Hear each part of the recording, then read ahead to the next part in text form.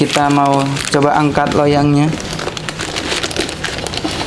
Wow, atas dan bawah beda warnanya, sahabatku. Halo sahabatku, apa kabar? Semoga Anda semua sehat selalu dan bahagia. Kali ini aku mau mencoba membuat bolu ketan hitam isi keju lumer. Jadi selama beberapa minggu ini di sosial media itu banyak banget berseliweran bolu ketan hitam. Ada yang sukses, ada yang gagal, ada yang loyangnya lengket, kebakar waktu dikukus, dan sebagainya kejadiannya.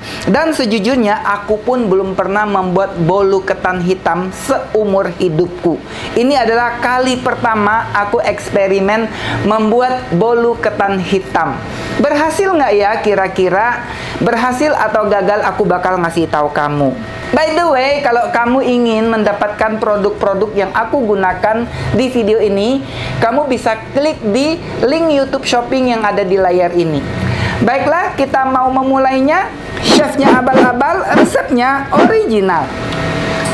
Pertama-tama aku mau mencairkan margarin. Kita mau hangatkan sedikit air. Ini margarinnya 100 gram. Sambil menunggu margarinnya dicairkan, aku mau oles loyang aku menggunakan margarin. Untuk oles loyang ini, selain dengan cara seperti ini, bisa juga menggunakan margarin dicampur dengan sedikit minyak goreng dan sedikit tepung terigu yang diaduk rata. Tapi ini adalah cara yang terlama, menurut aku cukup bagus ya. Jadi aku gunakan cara ini aja. Sebenarnya ini loyangnya non-stick ya, jadi cukup aman. Kemarin aku lihat di sosial media itu ada yang bikin bolu kukus ini, bikin bolu ketan hitam ini, loyangnya tuh sampai nempel di dandang, di panci pengukus.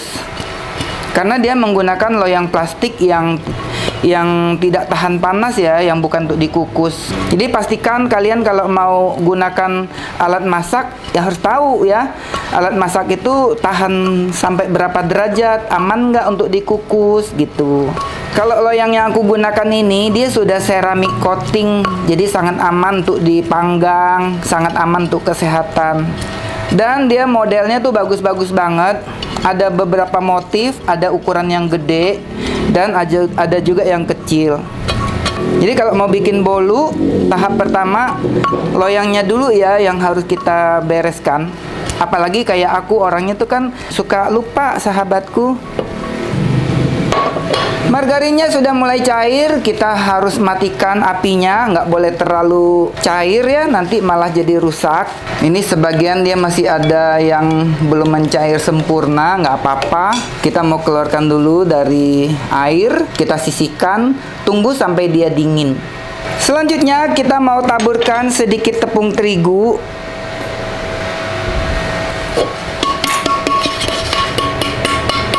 Sudah merata tepung terigu dan margarinnya, kita sisihkan dulu. Selain model yang tadi, aku juga punya loyang yang seperti ini ya. Ini cakep-cakep banget. Ini sudah non-stick nih sahabatku. Selanjutnya kita mau pecahkan telur. Ini adalah cara aku pecahkan telur. Bukan aku kurang pandai, tapi aku trauma dengan telur busuk. Jadi aku nggak berani yang orang tuh kayak emplung gitu ke dalam satu wadah gitu ya. Aku cari aman gini aja. Dan semua cangkang telur ini sudah aku cuci sebelumnya supaya tidak bercampur dengan kotoran ayam. Dan semua telur ini kondisinya masih baru. Ciri-cirinya dia masih bulat sekali kuning telurnya. Kita masukkan gula pasir. Ini aku gunakan 150 gram gula pasirnya. Pakaiin SP. Ini SP-nya 8 gram atau setara 1 sendok teh munjung.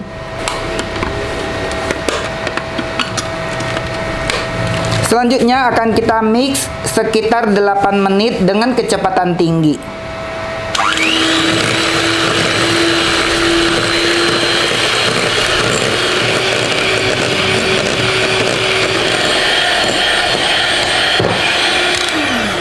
Sudah cukup, ini sudah kental berjejak seperti ini. Ini sudah sekitar 8 menit ya, baru 7 menitan gitulah. Jadi pakai feeling aja, selama dia tidak jatuh, tidak mencair, itu sudah cukup. Ini udah kental banget nih sahabatku. Selanjutnya aku mau campurkan tepung ketan hitam dengan bubuk coklat. Ini bubuk coklatnya 10 gram. Tepung maizena, ada baking powder, double acting. Kemudian ada vanili bubuk. Semuanya kita ayak-ayak dulu. Nih ya, jadi dia ada yang menggumpal. Ini dari baking powdernya. Kemudian ada garam 1 gram. Kita aduk rata dulu. Jadi saya kalau bikin kue menggunakan tepung-tepungan kayak gini, saya lebih suka tepungnya ini diaduk dulu kayak gini. Setelah tercampur rata, baru kita masukkan sedikit demi sedikit ke dalam adonan. Ini wadahnya agak sedikit kekecilan ya sahabatku. Jadi agak kesulitan sayanya. Kita masukkan lagi.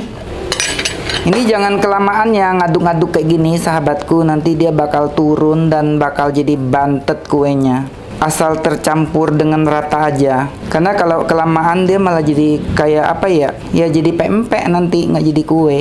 Asli ini wadahnya kekecilan jadi menyulitkan saya. Kita habisin. Makanya kalau tadi misalnya aku tepung keringnya nih nggak aku satuin, aku bakal lebih repot lagi karena wadahnya ini bener-bener pas-pasan gitu. Jadi karena aku beneran ini pertama kali eksperimen bikin bolu ketan hitam ini, belum pernah aku bikin sebelumnya, jadi belum tahu setelah dikocok dia jadi sebanyak apa gitu. Semuanya sudah tercampur dengan sangat bagus. Selanjutnya kita mau masukkan santan. Ini santan instan. Jadi kalau untuk bikin bolu-bolu, saya lebih menyarankan menggunakan santan instan ya sahabatku. Karena kalau menggunakan santan kelapa asli, terkadang suka ada kandungan airnya. Ini aku tambahkan susu kental manis 1 saset. Kemudian ada margarin yang sudah dicairkan dan kondisinya sudah dingin ya. Kita aduk lagi sampai rata. Kalau sahabatku mau menggunakan santan asli dari buah kelapa, pastikan bener-bener diendap sampai dia nggak ada airnya. Bener-bener ambil bagian santannya gitu ya sahabatku, supaya hasil kuenya tuh nggak jadi bantet. Pastikan kita mengaduknya sampai bener-bener tercampur dengan sempurna. Jangan menyisakan margarin yang tidak tercampur ya. Itu bahkan menyebabkan kuenya ini akan bantet, nggak ngembang dianya. Sepertinya sudah tercampur dengan sangat rata semua bahan-bahannya, dan ini sudah siap untuk dipanggang. Adonannya bagus, dia tidak mencair gitu ya. Seperti ini kita akan panggang. Kita masukkan adonannya ke dalam loyang. Kira-kira separuh aja ya sahabatku, segini aja. Kita hentak-hentak dan goyang-goyang. Tuh, ini loyangnya kuat, nggak apa-apa dihentak-hentak. Kita panggang. Sebelumnya oven ini sudah dipanaskan ya sahabatku. Untuk lapisan yang pertama, kita akan panggang menggunakan api atas bawah dengan suhu 170 derajat Celcius selama 30 menit. Sambil menunggu layer bawahnya dipanggang, sekarang kita mau siapkan untuk isiannya.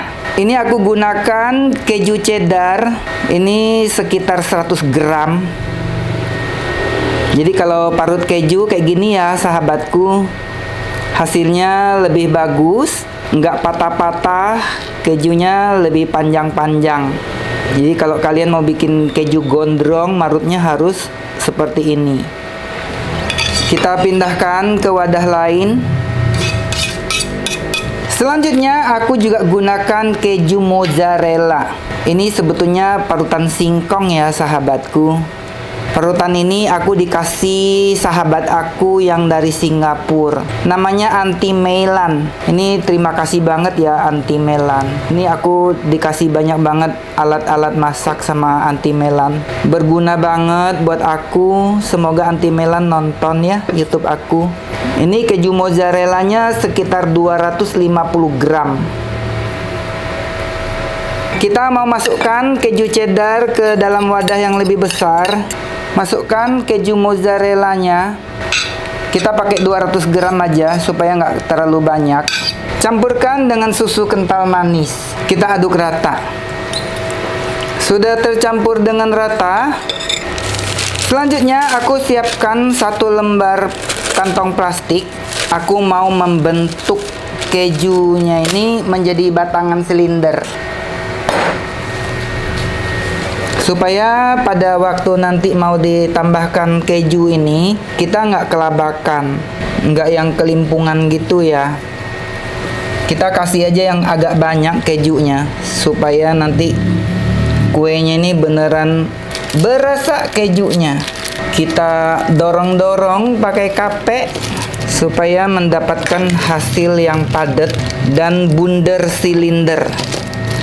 Di resep pada umumnya orang-orang menggunakan keju oles, tapi aku lebih suka menggunakan cheddar dan mozzarella supaya nanti pada waktu dia ditarik dia bakal lebih lumer gitu ya, harapan aku. Nah, kira-kira nanti dia akan membundar seperti ini. Nah, ini nanti akan aku taruh dulu di chiller. Kita mau bikin satu lagi kita mau bikin. Ini walaupun tidak habis digunakan, ini bisa dimakan pakai roti tawar juga enak ya sahabatku. Jadi misalnya nanti ternyata kebanyakan nih, kepanjangan gitu ya, nggak apa-apa, kita simpan aja, taruh di chiller. Besok bisa digunakan untuk makan roti, masih enak. Karena ini aku gunakan keju cheddar yang bagus dan keju mozzarella yang bagus juga. Tuh, kita bulat-bulatkan kayak gini. Akan seperti ini. Kita taruh di kuenya, lalu kita timpa lagi kuenya di atas.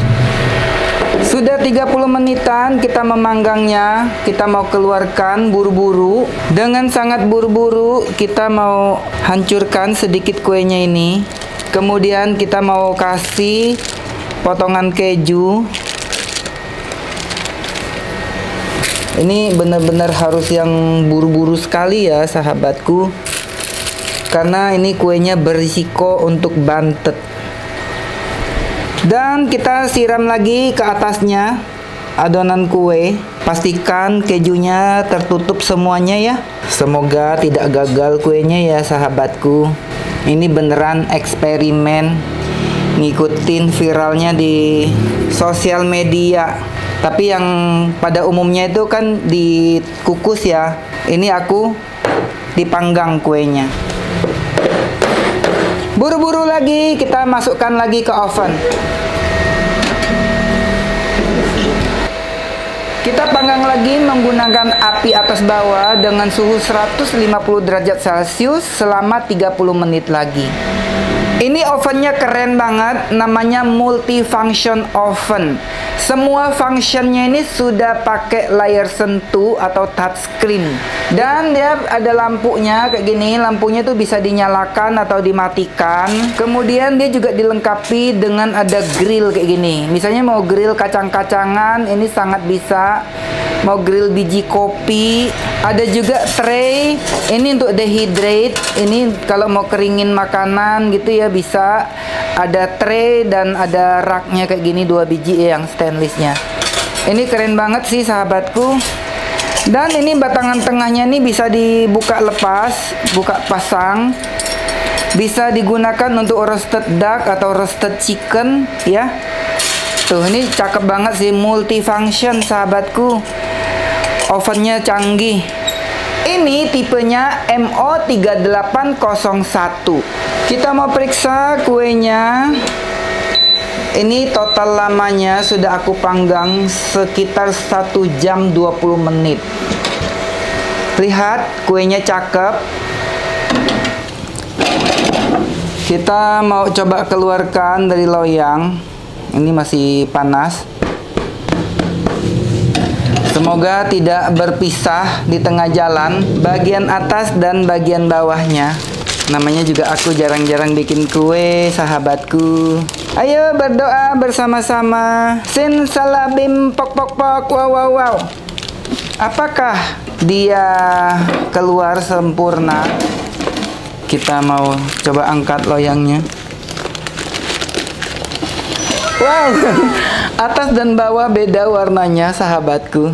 Jadi yang bawah lebih tua warnanya karena lebih lama manggangnya. Yang atas lebih muda, gitu ya. Karena menggunakan oven, jadi bagian bawah tuh dia sudah lebih terpanggang gitu. Tapi nggak apa-apa deh. Yang terpenting dia tidak memisahkan diri. Mumpung masih panas, aku mau oleskan dengan margarin supaya dia lebih shining gitu ya, lebih cakep bolunya.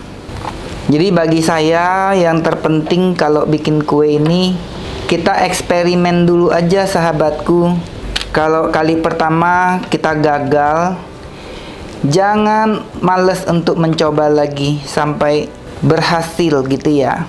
Nah, jadi cakep kan setelah dibedakin?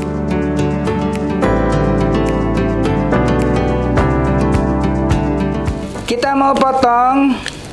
Deng deng deng deng, the moment of truth. Apakah kuenya berhasil? Satu lagi deh kita potong. Coba ya. Wow, wih, hasilnya bagus ya sahabatku. Tuh bolunya moist, bolunya tuh fluffy, nggak bantet. Kita mau taruh sini dulu deh. Nah begini aja deh.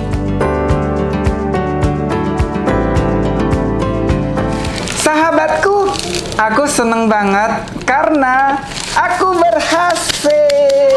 Hore, hore, hore.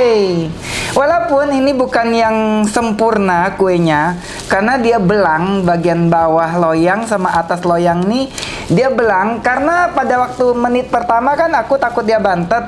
Aku panggang dengan suhu 170 derajat Celcius.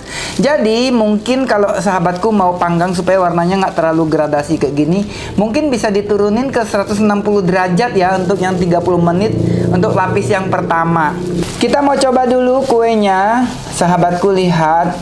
Yang pasti ini kuenya nggak yang bantet, dia sangat fluffy, empuk. Tuh. Hanya saja ternyata kejunya nih setelah dicampur gini dia nggak jadi yang molor gitu ya. Tadi harapan aku kan dia yang bisa yang lumer gitu ya, yang ngeju gitu. Ternyata tidak terjadi. Kita coba makan.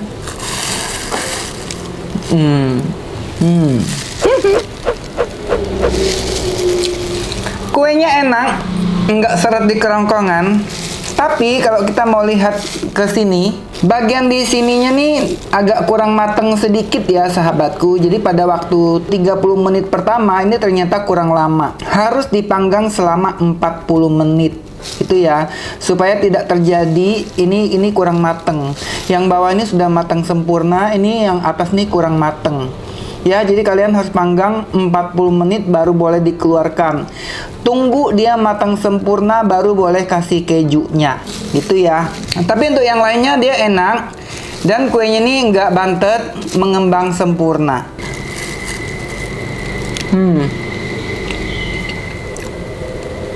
Jadi karena kuenya ini aku tambahkan dengan coklat bubuk dan tepung maizena.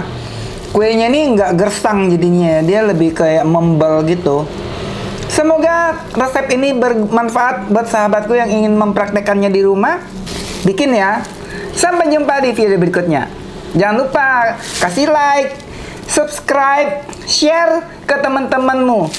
Share ya sahabatku, supaya followersnya naik terus. Bye!